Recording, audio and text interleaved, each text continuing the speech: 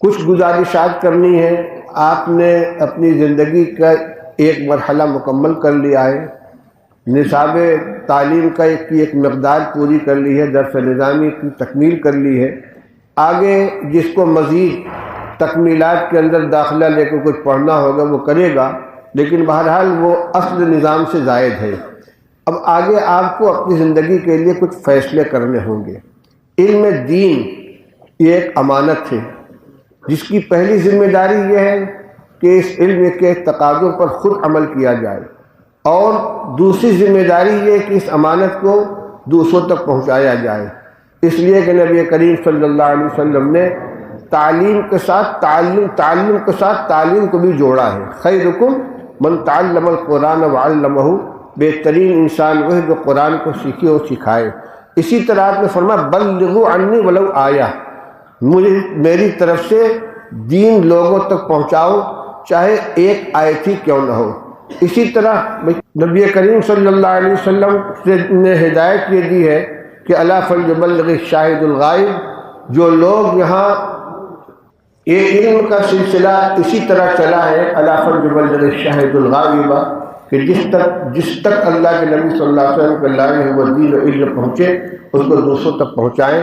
اس لیے ہر عالم کو معلم بننا چاہیے، چاہے باقاعدہ وہ درس و تدریس کے ذریعے سبق دے، امامت کا منصب اختیار کرے، خطابت کا منصب اختیار کرے، اور تصنیف و تالیف کا مشغلہ اختیار کرے، وعظ و تبلیغ کا مشغلہ اختیار کرے، لیکن جو علم حاصل کیا ہے اس علم کو دوسروں تک پہنچانا یہ الا فلیبلغ الشاہد الغائبہ کی ذمہ داری کے اندر آتا ہے۔ اس کا بہرحال ہم کو خیال رکھنا ہے۔ بہت سے حضرات اپنی لائن بدل دیتے ہیں، یعنی علم دین حاصل کرنے کے بعد ڈاکٹر صاحب بن گئے، انجینئر صاحب بن گئے۔ علم حاصل کرنا منع نہیں ہے، اگر کوئی اور مشغلہ اختیار کرتا ہے تو اس سے دو گزارش ہے۔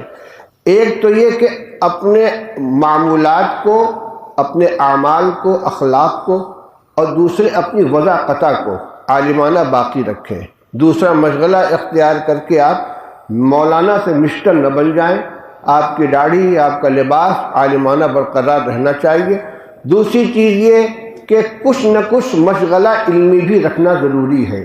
اگر آپ نے کوئی غیر علمی مشغلہ اختیار کر لیا ہے، تجارت کر رہے ہیں یا کوئی پیشہ اختیار کر لیا ہے، تو کچھ نہ کچھ وقت آپ کا علمی مشغلے کے اندر رہنا چاہیے، چاہے امامت و خطابت ہو، چاہے جز وقتی تدریس کا سلسلہ ہو۔ ایک بات۔ دوسری بات، آج کے زمانے میں ایمان کے اوپر خطرات بہت زیادہ منڈلا رہے، فتنے پھیل رہے دو طرح سے۔ ایک تو شکیلیت، گوہر شاہی، قادیانیت کے نام پر ایمان پہ ڈاکہ ڈالنے والی جماعتیں باقاعدہ کوششیں کر رہی ہیں، بڑی تعداد میں لوگ ان فتنوں کے شکار ہو رہے ہیں۔ قادیانیت تو پرانا فتنہ ہو گیا، لیکن گوہر شاہی فتنہ اور شکیل بن حنیف کا فتنہ پنپ رہا ہے برابر دیہاتوں کے اندر، اور بلکہ شہروں میں بھی، کالج یونیورسٹی کے اندر بھی، اور گھروں میں عورتیں تک اس سے متاثر ہو رہی ہیں۔ تو آپ حضرات کو ان فتنوں کا مقابلہ کرنے کے لیے اپنے آپ کو تیار کرنا چاہیے۔ دوسری چیز یہ کہ مکتب کی تعلیم کو آپ اپنا مشن بنا لیں۔ یہ نہ سوچیں کہ ہم بخاری شریف پڑھ کر آئے تو ہم کو بخاری ہی پڑھانی ہے۔ یقیناً وہ علم کی خدمت ضرور ہے، لیکن دین کی خدمت کے اعتبار سے آج کے زمانے میں سب سے اہم کام جو ہے مکاتب کا قیام اور مکاتب کے نظام کو مضبوط کرنا۔ ہر مسلمان بچے اور بچی کو دینی تعلیم سے آراستہ کرنا یہ ہماری ذمہ داری ہے۔ اس لیے اگر اللہ تعالیٰ توفیق عطا فرمائے تو آپ اپنے علاقے میں جا کر جائزہ لیں، کتنی بستی کے اندر بچے ہیں، کتنی بچیاں ہیں، کتنے مکاتب ہیں۔ اگر ضرورت پوری ہو رہی ہے باقاعدہ تو آپ اس کی سرپرستی کریں، ان کا ساتھ لیں، ان کے معاون بنیں، اور اگر نہیں ہے تو آپ بڑی کتابیں تلاش کرنے کے بجائے پہلے اپنے علاقے کے مسجدوں میں، گھروں میں، جہاں جہاں ہو سکے مکاتب قائم کریں اور اس خدمت کو لے کر آپ بیٹھیں۔ دو باتیں ہو گئی، اور تیسری بات یہ ہے کہ ہمارے بڑوں کا ایک طریقہ رہا ہے کہ تحصیل علم سے فارغ ہونے کے بعد اپنی اصلاح کے لیے کسی اللہ والے سے اپنا تعلق جوڑ لیتے تھے، اس لیے کہ اس علم کے اندر، بلکہ ہر علم کے اندر ایک خاصیت ہے کہ آدمی اپنے کو بڑا سمجھنے لگتا ہے۔ ہمارے استاد حضرت علامہ حضرت مولانا مفتی محمود حسن صاحب نور اللہ مرقدہ فرماتے تھے کہ انسان میں تکبر پیدا کرنے کے بہت سے اسباب ہوتے ہیں۔ کوئی مال کی بنا پر اپنے کو بڑا سمجھتا ہے، کوئی جسمانی طاقت کی بنا پر، کوئی حکومت کی بنا پر، کوئی اقتدار کی بنا پر، لیکن سب سے زیادہ خطرناک قسم کا جو تکبر ہے وہ علم کے راستے سے آتا ہے۔ اس کے بعد فرماتے تھے کہ جب آپ گھر سے نکلے تھے پڑھنے کے لیے تو آپ اپنے کو سب سے چھوٹا سمجھتے تھے، میں معمولی سا ہوں، یہ میرے ابا ہیں، یہ میری اماں ہیں، یہ بھیا ہیں، یہ بہن ہیں، یہ پھوپھی ہیں، یہ خالہ ہیں، سب آپ کو اپنے سے بڑے نظر آ رہے تھے۔ اور آپ جب سر پہ پگڑی باندھ کر گھر پہنچیں گے تو آپ کو سب چھوٹا نظر آئے گا، میں عالم ہوں، یہ جاہل ہیں، میں قرآن پڑھا یہ نہیں جانتے، میں مسئلہ جانتے ہوں نہیں جانتے۔ آپ اپنا قد بڑھا ہوا محسوس کریں گے اور ہر ایک کو آپ جاہل سمجھیں گے۔ یہ بڑی خطرناک چیز ہے۔ اس لیے یہ علم تواضع چاہتا ہے۔ جو پھلدار درخت ہوتا ہے اس کی شاخیں جھکی ہوئی ہوتی ہیں، تواضع پیدا کرے اپنے اندر اور تکبر ہرگز نہ آنے پائے۔ لیکن اس تکبر کو ازالہ کے لیے اور اپنے اخلاق کو درست کرنے کے لیے کسی مصلح سے متعلق ہو جانا زیادہ مفید ہوتا ہے۔ چنانچہ ہمارے جتنے اکابر گزرے ہیں، جو حجت الاسلام حضرت مولانا محمد قاسم صاحب نانوتوی رحمۃ اللہ علیہ ہوئے، فقیہ النفس حضرت مولانا رشید احمد صاحب گنگوہی رحمۃ اللہ علیہ ہوئے، مولانا اشرف علی صاحب تھانوی ہوئے، علامہ الموشا کشمیری، شیخ الہند رحمۃ اللہ، جتنے اکابر ہیں شیخ الاسلام رحمۃ اللہ علیہ، اور آج تک ہمارے جتنے اساتذہ کرام حال میں گزرے ہیں یا اللہ نے ان کو ابھی خدمت کا موقع دیا ہے، سب نے کسی نہ کسی بڑے سے اپنے کو وابستہ کر رکھا ہے۔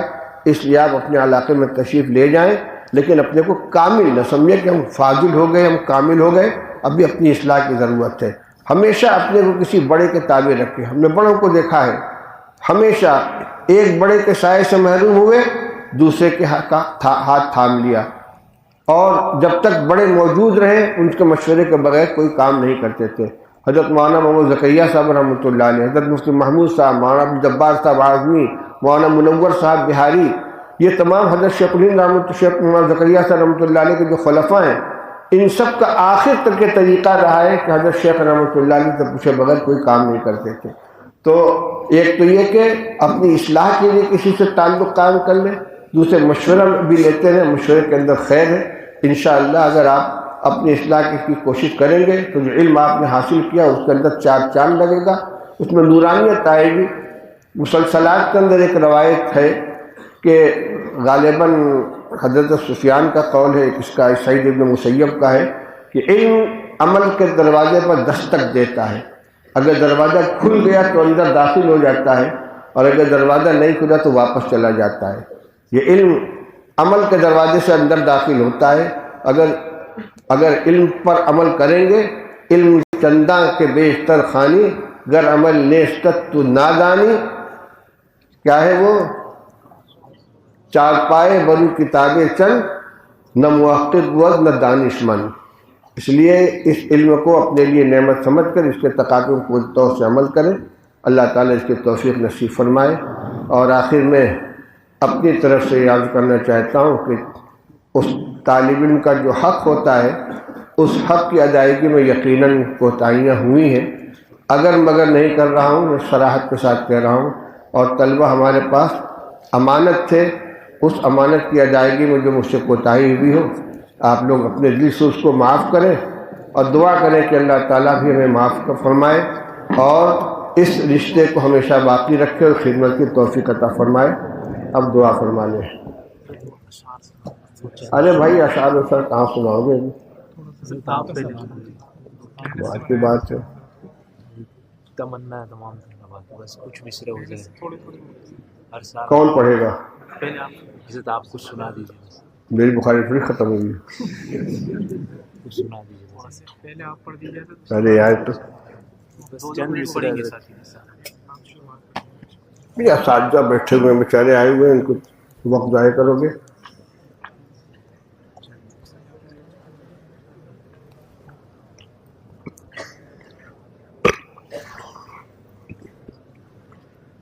کیا کیا پڑھوں، تو کچھ لے کے بھی نہیں آیا ہوں میں. اچھا ٹھیک ہے، تمام اکابر کا حکم ہو رہا ہے، 2-3 شعر نعت کے پڑھتا ہوں.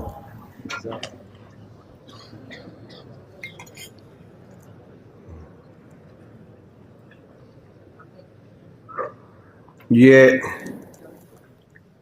پٹنہ کے مشہور دیندار شاعر کلیم عاجز صاحب کے نعت کے چند اشعار ہیں. بخاری شریف کے درس میں ایرے غیرے کے اشعار نہیں پڑھے جائیں گے. بڑے دیندار، بہت اللہ والے شاعر تھے. انگوٹھی دل ہے اور اس کا نگینہ، انگوٹھی دل ہے اور اس کا نگینہ، مدینہ ہے مدینہ ہے مدینہ، مدینہ ہے مدینہ ہے مدینہ. کہا جاتا ہے کعبہ جس کے گھر کو، کہا جاتا ہے کعبہ جس کے گھر کو، ہے اس کے گھر کا دروازہ مدینہ، ہے اس کے گھر کا دروازہ مدینہ. سفر ہوتا بخن پھرتا بمینا،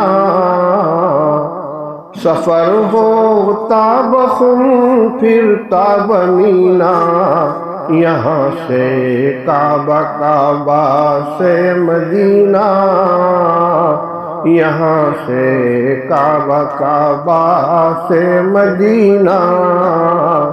وہیں لے چل کلیم اپنا سفینہ، وہیں لے چل کلیم اپنا سفینہ، ہم ایسے بے گھروں کا گھر مدینہ، ہم ایسے بے گھروں کا گھر مدینہ.